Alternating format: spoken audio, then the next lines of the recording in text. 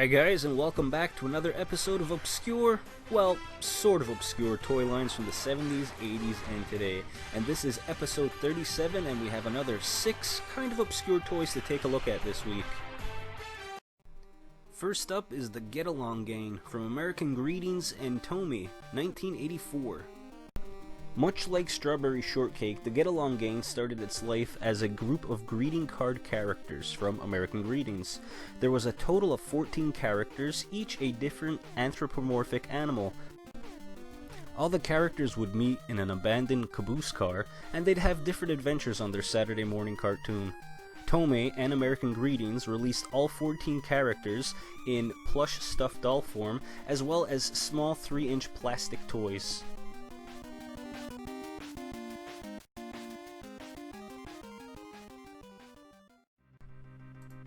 Karate Men by Aurora, 1973 to 1975.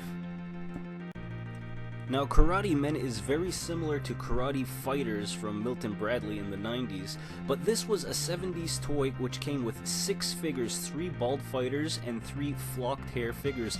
They all look like the old school G.I. Joes, and when you plug their feet ports into the plungers, you could have them punch and kick.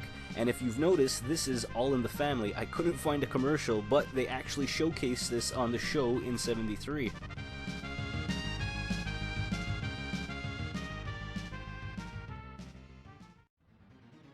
Primal Rage from Playmates, 1996.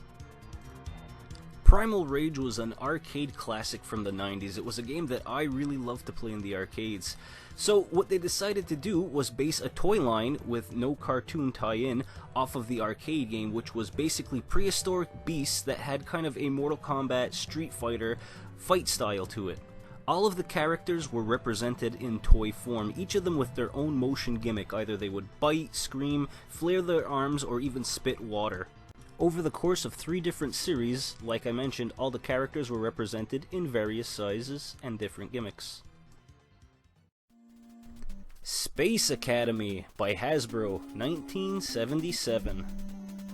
Hasbro utilized the Super Joe body types for a line of figures based on the 1977 to 1979 syndicated Space Academy TV show.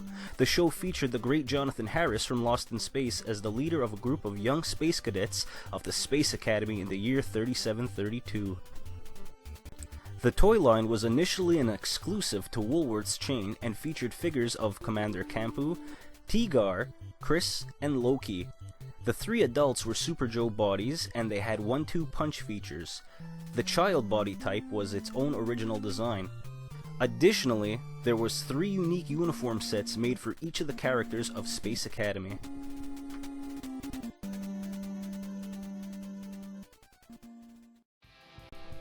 Space Jam by Playmates, 1996.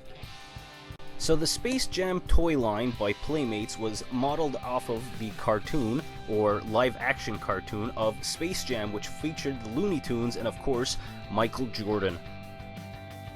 Most of the Looney Tune characters were available in their basketball jerseys, as well as the Monstars. Some had gimmicks like they could bounce or they could spin, obviously Tasmanian Devil, or they could actually shoot the basketball. Michael Jordan was also available in several variations and sizes. He also came in his baseball and golf attire.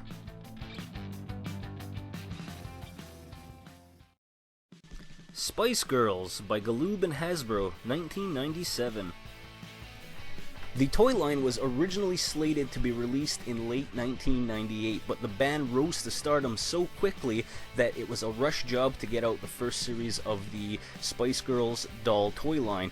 I remember my sister having these, and she was really excited to get them around Christmas because there was scarcity to get them. The Jerry Halliwell with the Union Jack jumpsuit was actually a very hot seller and still very sought after today by young girls. There was 8 sets released in the 2 years that Galub and Hasbro were doing the Spice Girls dolls, and they're still very sought after today on the collector's market. And that's gonna do it for episode 37 of obscure, well, sort of obscure toy lines. And I want to thank you guys so much for watching this episode and watching, you know, all the other episodes. The suggestions and recommendations are always greatly appreciated, guys. So down in the comments, if you know of an obscure toy that I haven't covered before, let me know about it, because my goal before I end this series is let's try and hit episode 40. So I'm gonna need about 18 more suggestions to get us there. Thanks for watching, guys.